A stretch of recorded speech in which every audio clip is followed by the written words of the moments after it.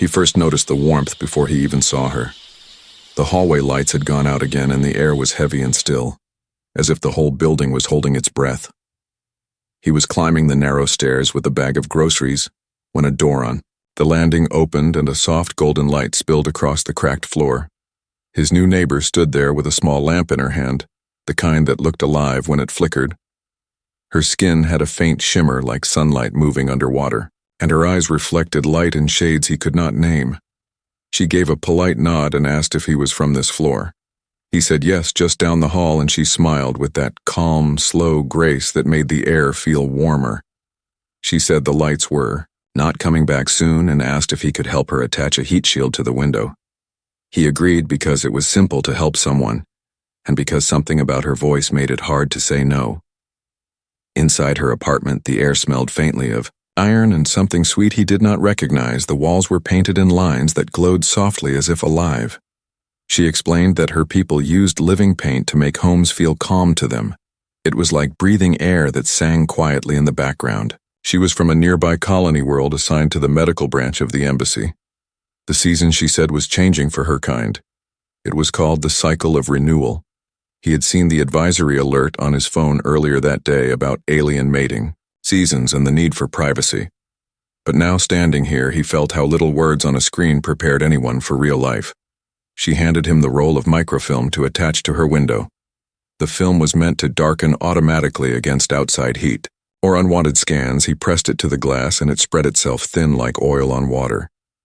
He could feel the hum beneath his fingertips, faint but steady. She thanked him quietly and stayed a careful distance away, explaining that her body heat was elevated and her scent patterns might confuse some humans. He said it was fine, that he did not mind, but she gave him a serious look and said not to make light of it because biological signals between species could have strange effects. He nodded, though he did not fully understand. When he reached to smooth one corner of the film, his hand brushed hers. Just for an instant, the air seemed to pause. His skin tingled, and he felt a pulse that was not his heartbeat, a soft echo traveling up his arm. She froze. The glow on her skin brightened, and for a moment the room seemed alive. He stepped back, murmuring an apology. She said nothing, only took a deep breath and asked him to sit for a minute. She poured him water, and her hand trembled slightly. He realized she was afraid not of him but of what might have happened without either of them meaning it. They sat at a small table by the balcony. She told him her name, Lyra, and asked his. He said Mason. He worked night shifts at the cargo port sometimes, fixing drones, sometimes cleaning sensors. She said she worked at the clinic near the market, mostly helping with cross-species biology. He said he had been there once after cutting his hand. She said then perhaps she had seen him and smiled faintly. They talked until the generator below coughed back to life. The lights in the hallway flickered on and off. The city outside shimmered in low amber light, and they both knew that whatever spark had passed between them was not something easy to ignore. He said he should go. She nodded and followed him to the door before he left.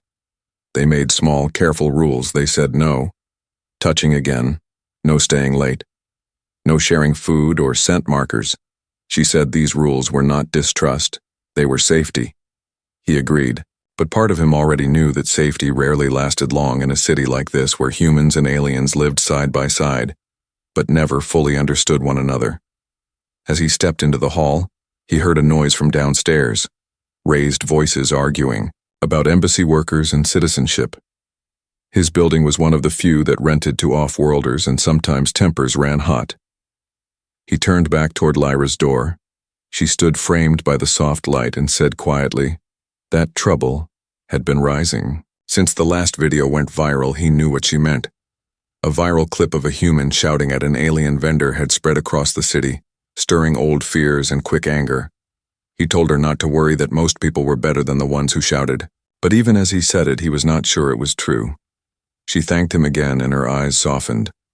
She touched the metal frame beside the door and left a faint pattern of light on it. He asked what that meant. She said it was a way to mark thresholds.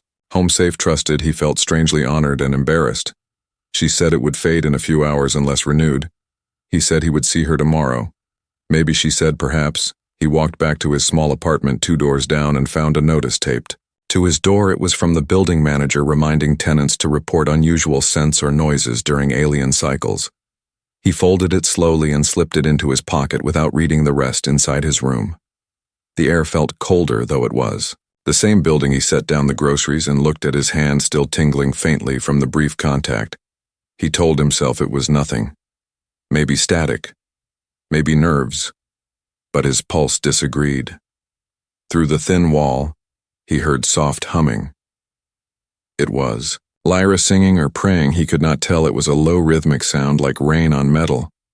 He lay on his bed and stared at the ceiling, wondering what kind of world produced people who glowed when they were anxious, and how someone like him ended up living next door to one. He closed his eyes and thought about the faint warmth still on his skin, about the way she said safe, and how the word had sounded more like hope than habit. Outside, the city kept breathing, restless and uncertain. But somewhere, beneath that noise, two lives had already begun to move toward something neither could stop. That was the night Mason first felt the line between human and alien blur, not through science or diplomacy, but through a simple touch in a dark hallway, where kindness had met biology and changed the air forever. The next morning came slow and gray with the smell of rain in the air, and Mason woke before his alarm. The dream still clinging to him, full of bright fields and strange stars. He sat up, rubbing his eyes, and told himself it was only a dream, but the faint warmth on his palm said otherwise. He made coffee in a cracked mug and stared at the wall, thinking of Lyra. Her voice, her calm eyes, the way she had looked at the balcony door, as if she could already see something far beyond this city. He heard footsteps outside his room and opened the door. She was standing there in the hall, dressed in a long, dark coat hood, up gloves on, holding a small container of food. She said she had made too much and wanted to share, and he tried to refuse, but she said waste was disrespectful among her people, so he took it and thanked her. The smell was mild and sweet, almost floral, and he realized he had not eaten since last night. They walked together down to the street, the sky low and yellow with fog. She said the cycle was deepening faster than expected, and that she might have to contact the embassy clinic for medicine. He said he would go with her. She hesitated, then agreed quietly. They took the tram through the city, watching towers glide past the windows outside. The streets were uneasy. More police drones hovering. More signs about registration and curfews. A group of men stood at a corner holding cheap placards saying humans. First they did not shout, but their silence was heavier than any noise. Mason felt his jaw tighten. Lyra looked away. He said, "People get scared when they do not understand." She said, "Fear was not always an excuse. Sometimes it was a habit." At the clinic, the lobby buzzed with different voices. The walls lit up with translation threads that shimmered like glass. Lyra handed a small card to the desk drone and waited while it scanned her profile. The drone asked about her human contact data. She blinked.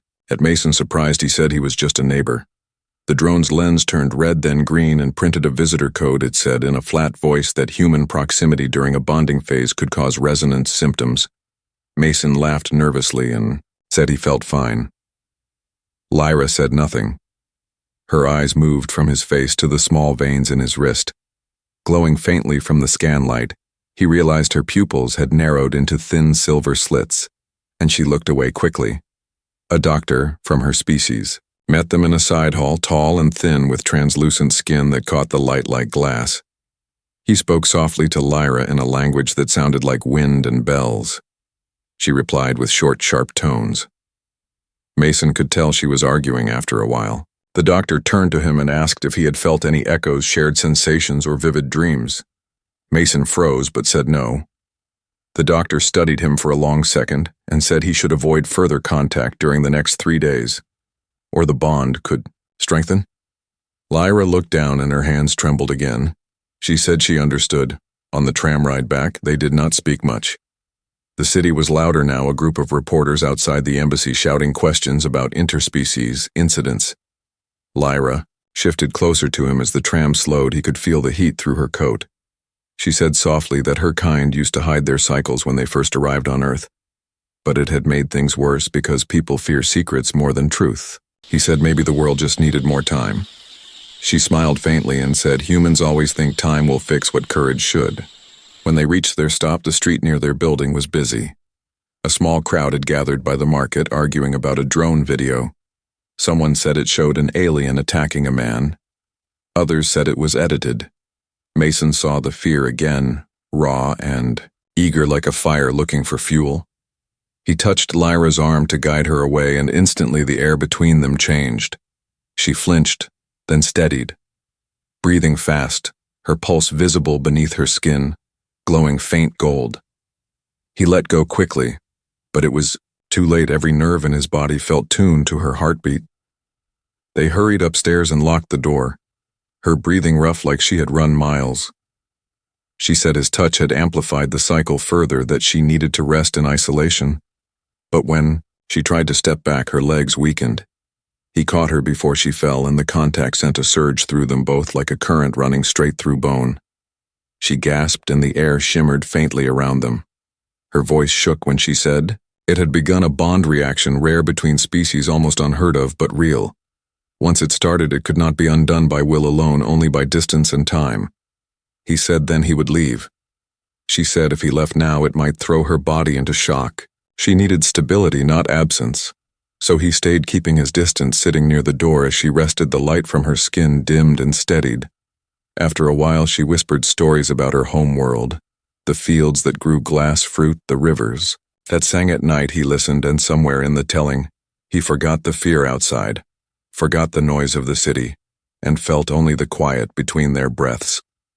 Hours passed, and the rain began at last, washing the streets clean. But the crowd sounds below returned, angry voices chanting words he could not make out. He went to the window. The protesters had gathered again, some holding torches, some waving phones, recording. He saw one of them point up toward their window. Lyra stirred, asking what was wrong.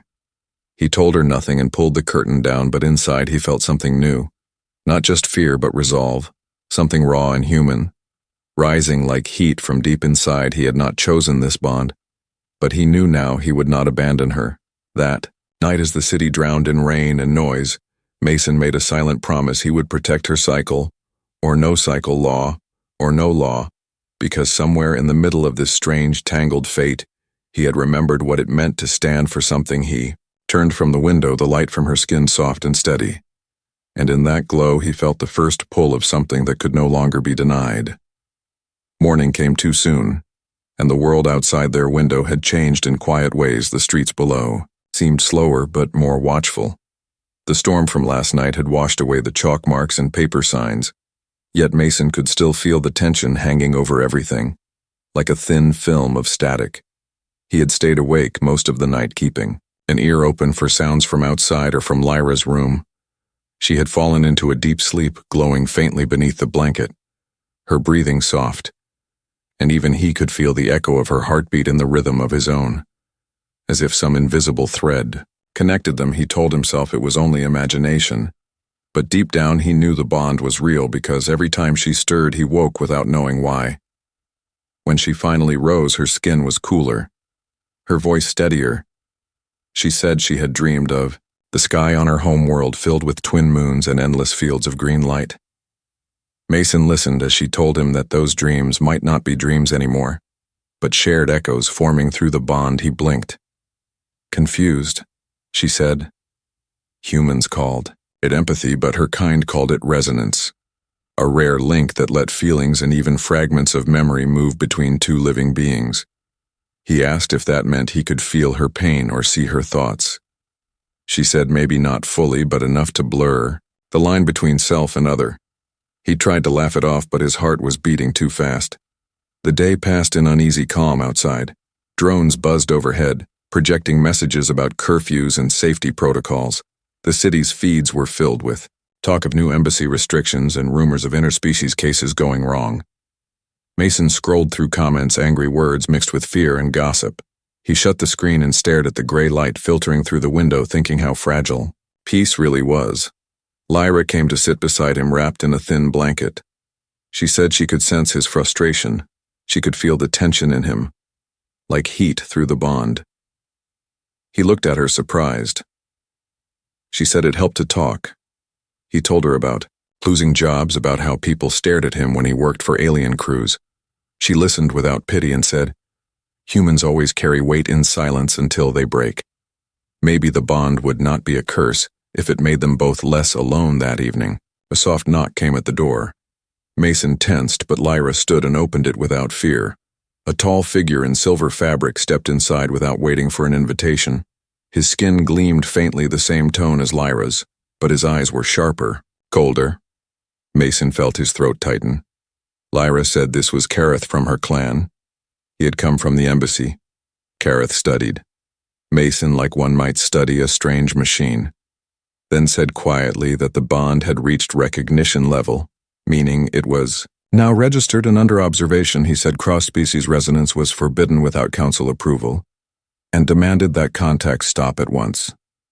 Lyra tried to explain that breaking it suddenly could hurt them both, but Kareth's expression did not change.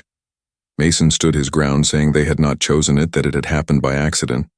Kareth said accidents were still violations, his voice calm but sharp as ice. Lyra moved between them, asking for compassion, but Kareth's gaze softened only slightly. He said the council would decide soon and left, leaving behind a faint trail of scent that made the air feel heavy.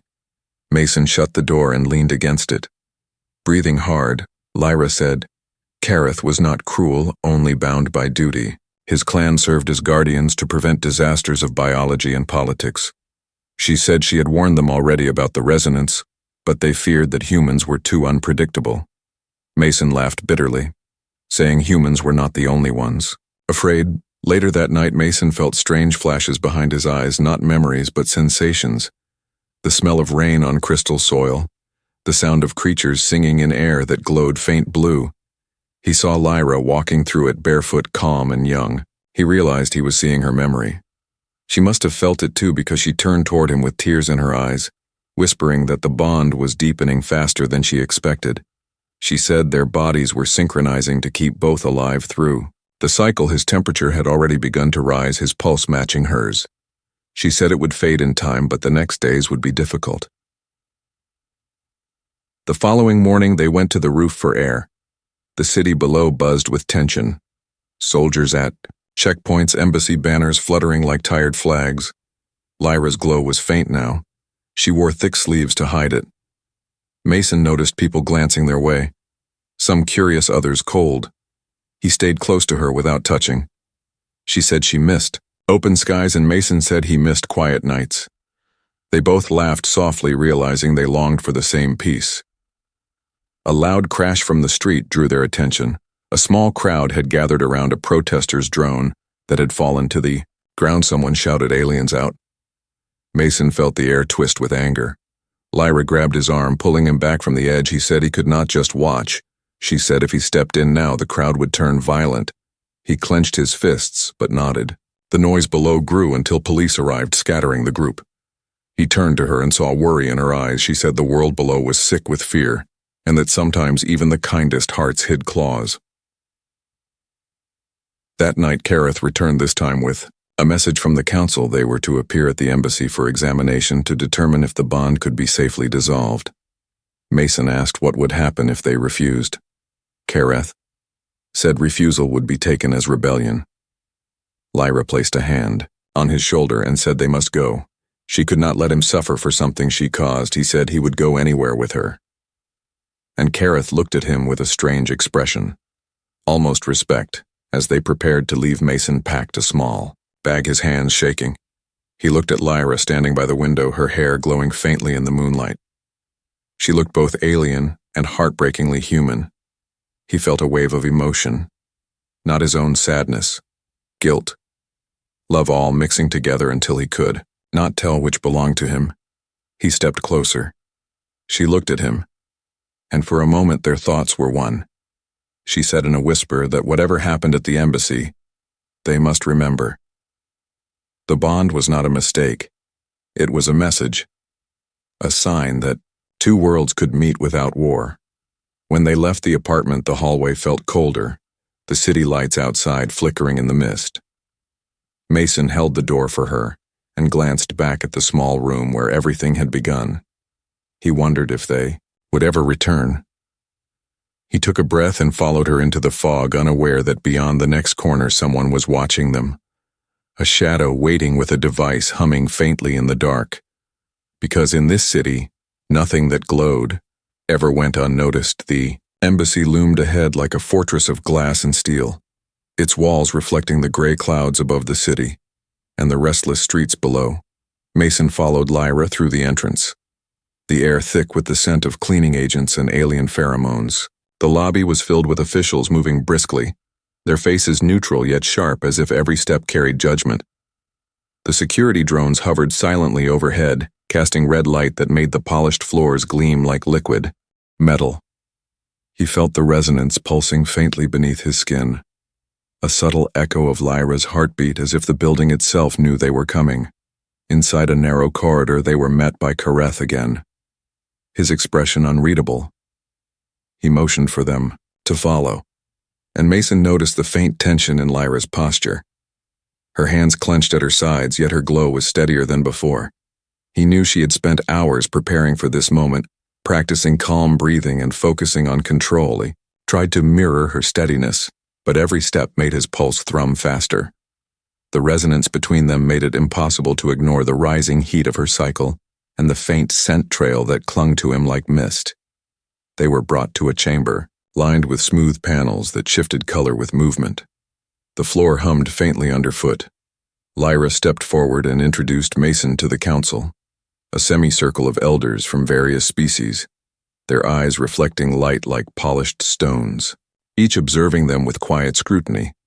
Mason felt exposed yet grounded in the warmth of Lyra's presence. She whispered that they must speak clearly and truthfully for themselves and each other. He nodded, swallowing the lump of fear in his throat. The head elder spoke first, her voice melodic yet firm. She asked Mason why he had not reported the bond earlier. He opened his mouth, but Lyra placed a hand lightly on his arm and said they had not known its depth. Until now, he said, that it had begun, accidentally, that he had only stayed to help her through the dangerous cycle, and that he had never intended to interfere with alien law. She looked at him sharply, then back at the council, murmuring that his honesty mattered more than tradition in this case. Another elder leaned forward, his translucent skin catching the chamber light. He asked Lyra if she consented freely to the continued bond. She hesitated, the words heavy on her tongue. She said she had no choice in the beginning, but now she chose to maintain it with caution and control. Mason's chest tightened at her words. He realized the depth of trust it implied. He said he would abide by her guidance and protect her without imposing his own will. She nodded, and the council exchanged quiet glances. Suddenly, an alarm sounded faintly through the chamber. The panels flickered. The floor hummed faster, and Mason felt Lyra's pulse spike through the bond. The elder's eyes widened as a warning drone appeared on the ceiling, projecting a red shimmer across the room. Someone outside had activated a jammer designed to disrupt alien cycles. Mason grabbed Lyra's hand instinctively and felt the surge of her cycle intensify. A wave of heat and scent filled the air, making it difficult to think. The council shouted orders while Mason tried to calm Lyra, whispering in her mind that they would find a solution together.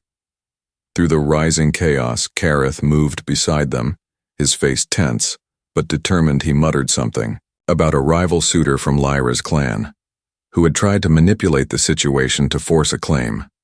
He said the rival would not harm them directly, but the disruption could cause permanent damage to the cycle if they did not act quickly. Mason felt the weight of the responsibility on his shoulders, his human reflexes and newfound awareness guiding his movements. He realized that fear would not serve them, only decisive action.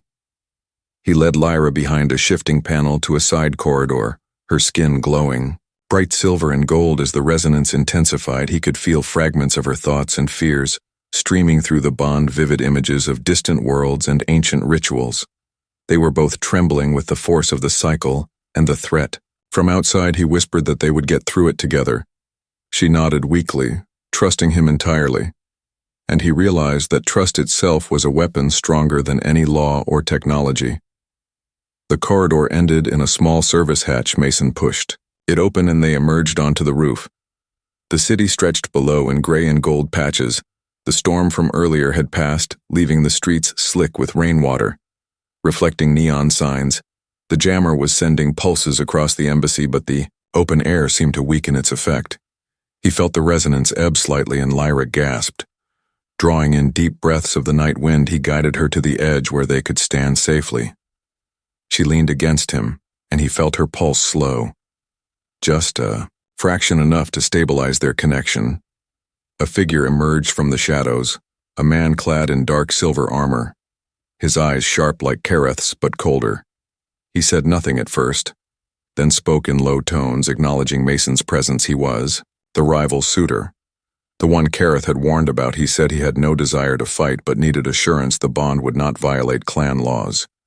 Mason stepped forward, saying they had already been judged by circumstance and choice, that no force would dissolve the trust between them. The suitor studied them for a long moment, then nodded and withdrew into the shadows, leaving only the faint scent of his presence behind. With the immediate threat gone, Mason and Lyra made their way back inside the embassy. The panels returned to their normal hum. The elders looked at them quietly, some in relief, others in contemplation. The head elder said that bravery and care had prevented harm this time, but warned that vigilance was necessary. The cycle would stabilize over the next few days. Mason felt Lyra's pulse finally steady beneath the bond, a soft glow illuminating her features. Her eyes met his, and he saw gratitude, trust, and something deeper, a shared understanding that whatever came next, they faced it together. When they returned to their apartment, the city outside had quieted, but the tension remained in the air. Mason set down the small bag he had brought and watched Lyra move to the balcony. She traced the glow patterns with her fingers, a faint smile on her lips. He joined her, looking out over the streets, thinking about how fragile peace was, how courage often required standing between fear and harm, and how empathy could be a shield stronger than any armor. The night was calm, but the resonance between them hummed softly, a reminder that two worlds had met and that the challenge of understanding had only just begun. The morning light came filtered through the thin curtains, casting a pale gold across the floor. Mason woke to the faint rhythm of Lyra's breathing beside him, her glow subdued but steady. He felt the resonance hum softly beneath his skin, a constant reminder that the bond had not weakened during the night. He rose quietly and made his way to the small kitchen, grabbing a cup of water. The streets outside were alive again, a soft murmur of voices, wheels on wet pavement, distant shouts.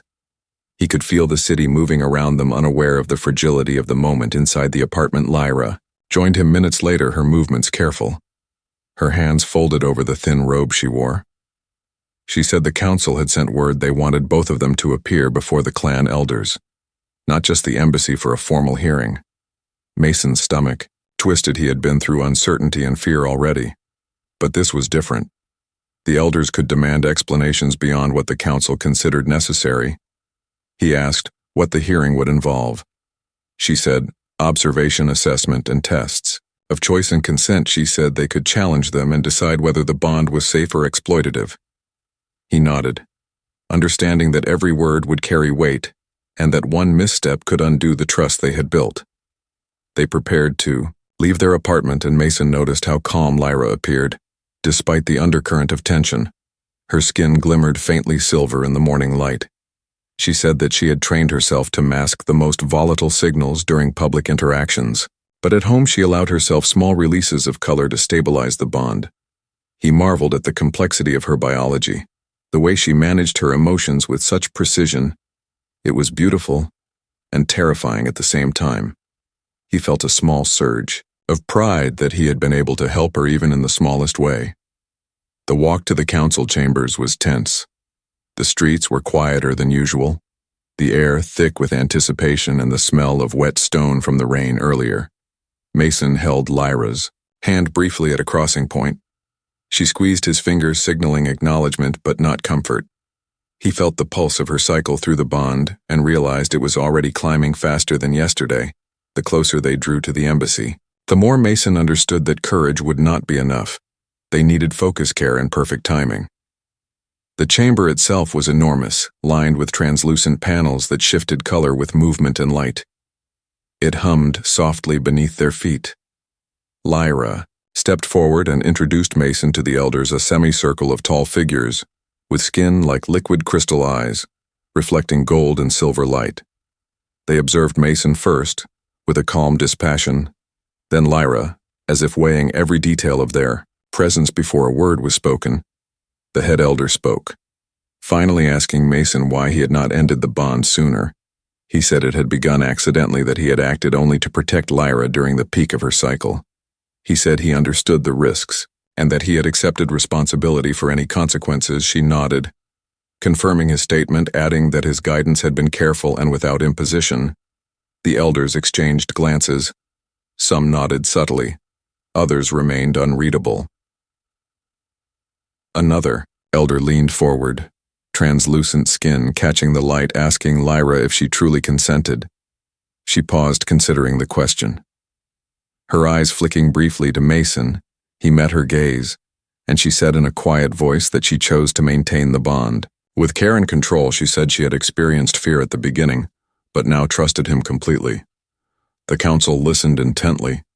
Then the chamber lights dimmed slightly as a series of tests began from their chairs. Sensors scanned the resonance frequency between them. Mason could feel it peak as each test probed the depth of their connection. Lyra's glow shifted gold to silver, to pale blue, and Mason's pulse responded with each change. Hours passed, each test more intricate than the last. They were separated, briefly forced to face private fears. Mason in a room filled with shadows and distant echoes of voices accusing him of recklessness and failure. Lyra in a chamber of flickering lights and projections of home. She reached out through the bond, whispering comfort and courage. Mason felt her presence steady him. He closed his eyes, focusing on the rhythm of her pulse, and found a calm within the chaos. Lyra emerged first, her glow softening a smile. Faint on her lips, she said he had done well, and Mason felt the echo of pride through the bond. When the final test concluded, the head elder spoke again, her voice firm, yet not unkind. She said that Mason's steadfast bravery had shown care and responsibility, that Lyra's trust had been freely given, and that the resonance between them had not been exploited. She paused, her eyes moving between them. She said the council would deliberate, but that the hearing had demonstrated that choice and courage could coexist across species. Mason exhaled slowly, feeling the tension leave him even as he knew the final decision was pending. As they walked back to their apartment, the city outside felt alive and fragile in a new way. The streets gleamed wet with the last rain, the air sharp and cool. Mason held Lyra's hand, and she leaned slightly against him, whispering that whatever the council decided, she was glad he had been there. He said the same, and realized that their bond had grown stronger, not through accidents alone, but through every choice and challenge they had faced together. That night, Mason prepared a simple meal while Lyra rested on the balcony, the soft glow from her skin illuminating the room.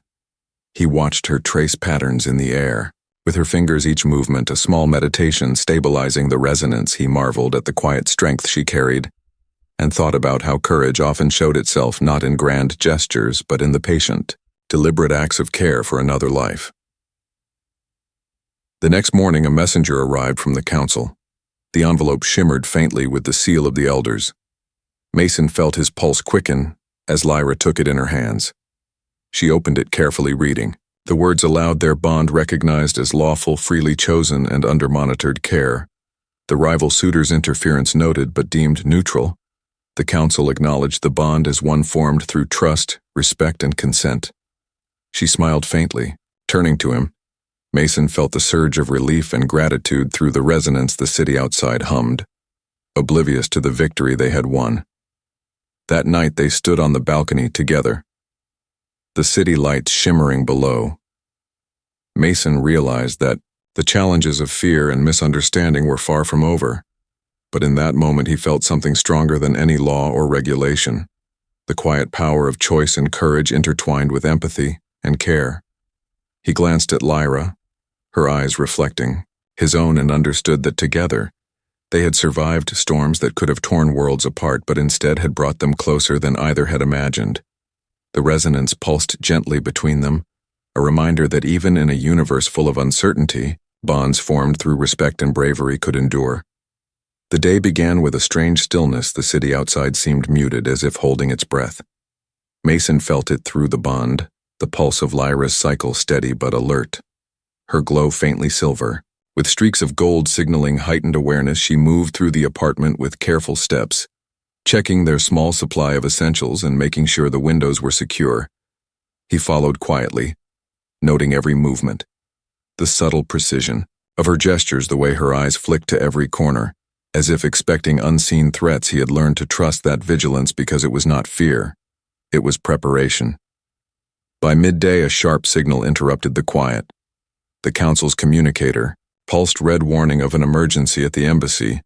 A jammer had been activated near the hearing chambers, and it was sending pulses strong enough to interfere with alien cycles.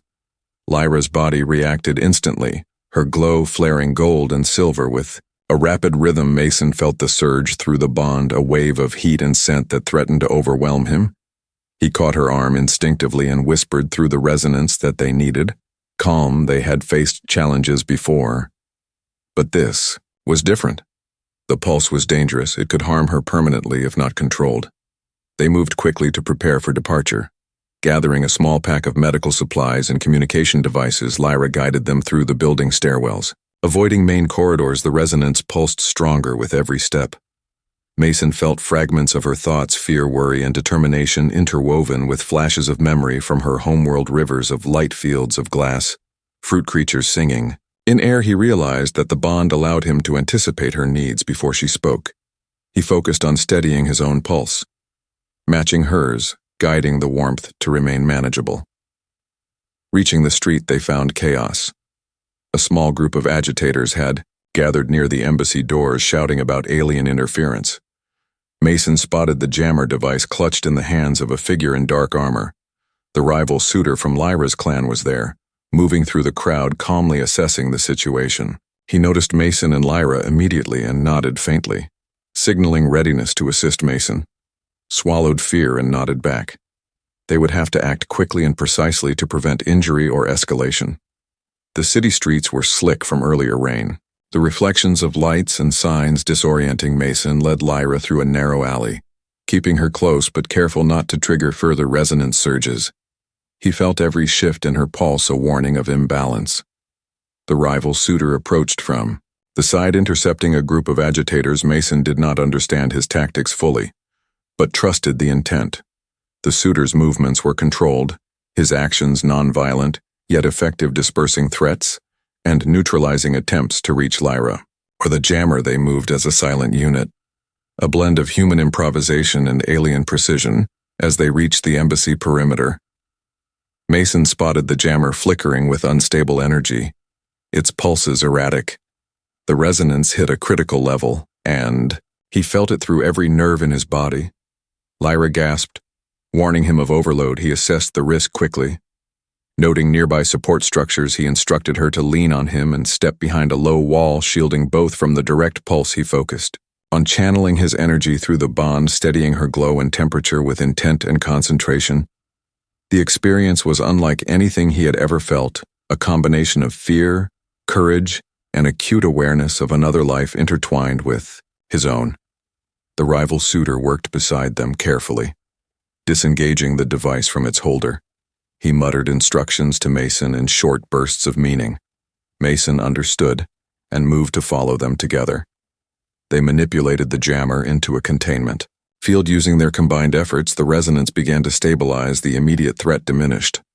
But Mason could feel the lingering strain in Lyra's body, a soft tremor through the bond signaling residual stress.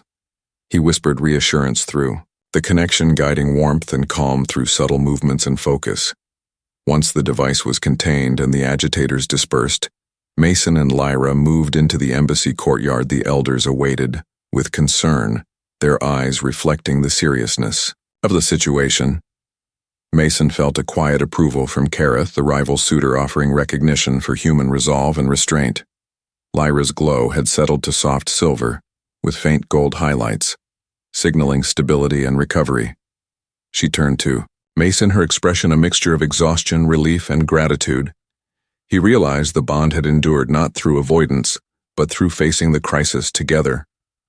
Inside the embassy chamber, the council convened quickly, assessing the situation. The head elder addressed them both. praising the human's quick thinking and bravery and acknowledging Lyra's discipline and guidance.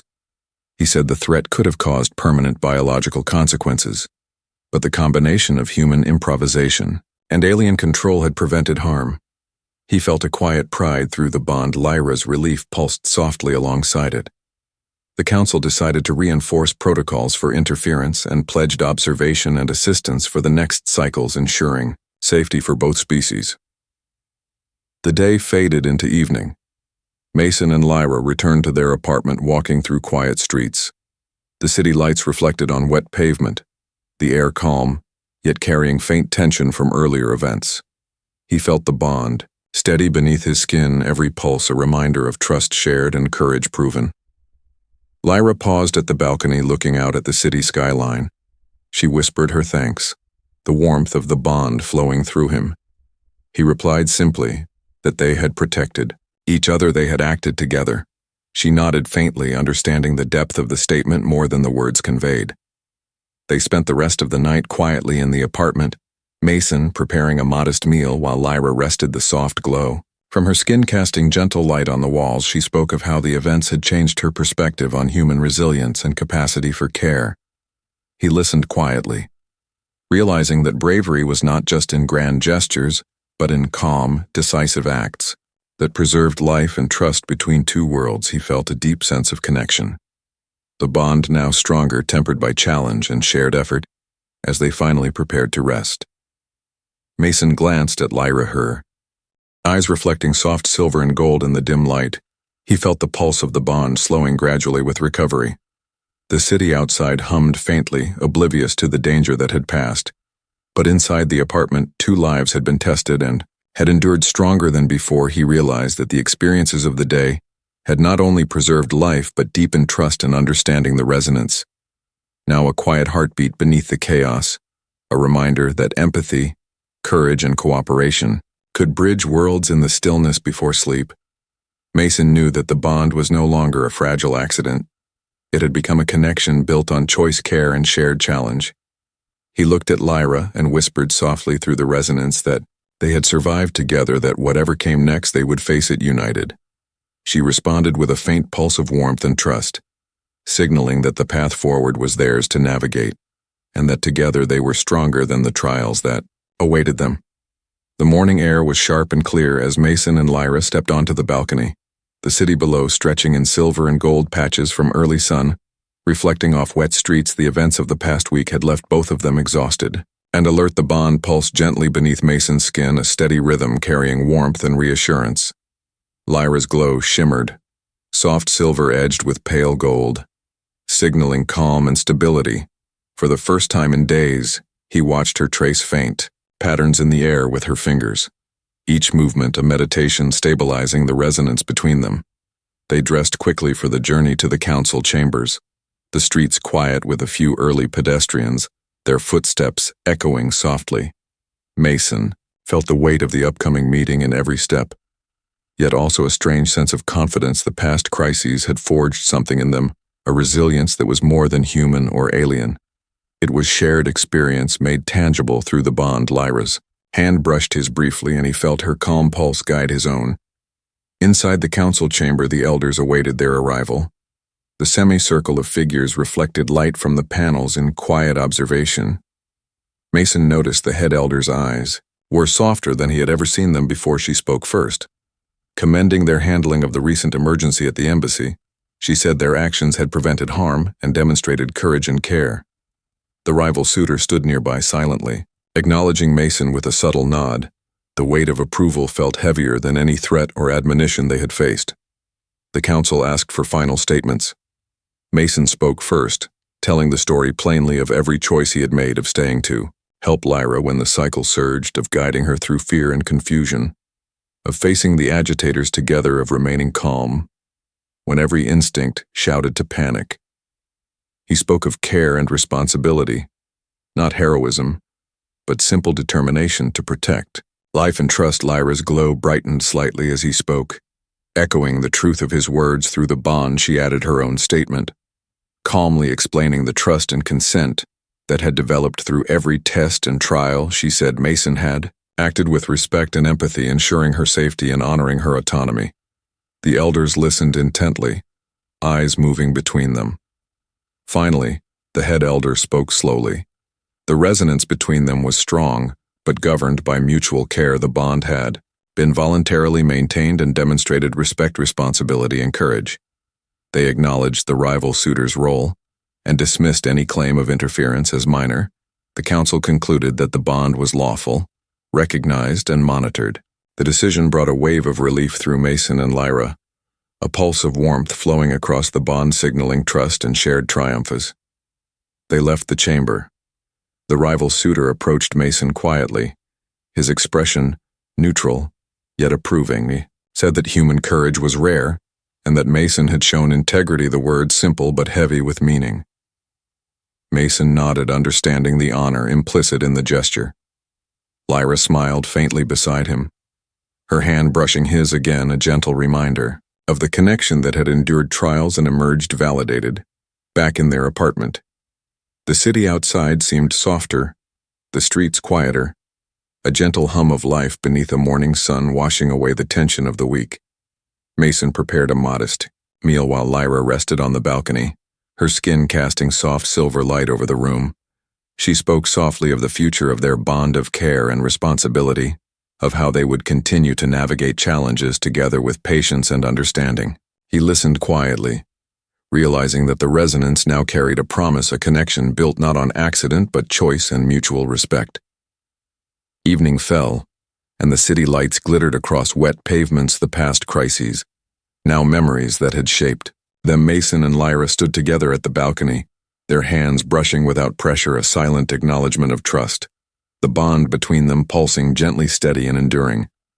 They spoke little, words were unnecessary, the rhythm of their hearts, and the soft glow of Lyra's skin conveying meaning beyond language. Mason felt the depth of empathy and courage that had grown through shared trials. They moved together inside to settle for the night, Mason setting small comforts for her, a blanket, a warm drink, a place of safety. Lyra rested quietly, her glow fading to soft silver, signaling recovery and calm. Mason sat nearby, watching the light in her eyes, and the pulse beneath the bond. He realized that the trials had done more than test them. They had forged a partnership built on trust, courage, and care. The resonance now a constant reminder that two lives had met and chosen to protect one another willingly. As night deepened, the city outside quieted, the hum of traffic faint beneath the distance. Mason looked at Lyra, her breathing, even her skin glowing faintly in rhythm with the bond. He whispered softly that they had endured storms together, and that the bond was theirs to protect and cherish. She responded through the pulse, a gentle wave of warmth confirming the shared promise and understanding. The city around them, unaware yet vibrant, they had faced fear, uncertainty, and danger, and emerged not broken but stronger. Mason realized then that the resonance was more than biology. It was trust and empathy made tangible. It was courage exercised through care, and a reminder that human and alien could meet and protect one another without fear or dominance. They had faced threats that might have torn worlds apart, but instead, their choices had forged strength and unity. Lyra's soft glow pulsed beside him, steady and calm, and he knew that whatever challenges lay ahead, they would face them together, not out of duty but out of mutual choice and respect. The balcony lights dimmed, and the apartment settled into quiet. Mason and Lyra stood together one final time that night, looking out at the city, the glow of their bond soft and steady, a promise that had endured tests and turmoil, now affirmed and lawful.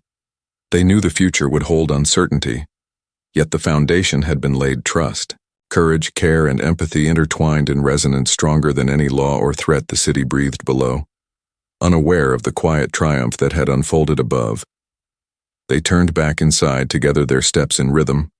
Mason felt the pulse of the bond steady beneath his skin, and Lyra's glow fading into calm silver light.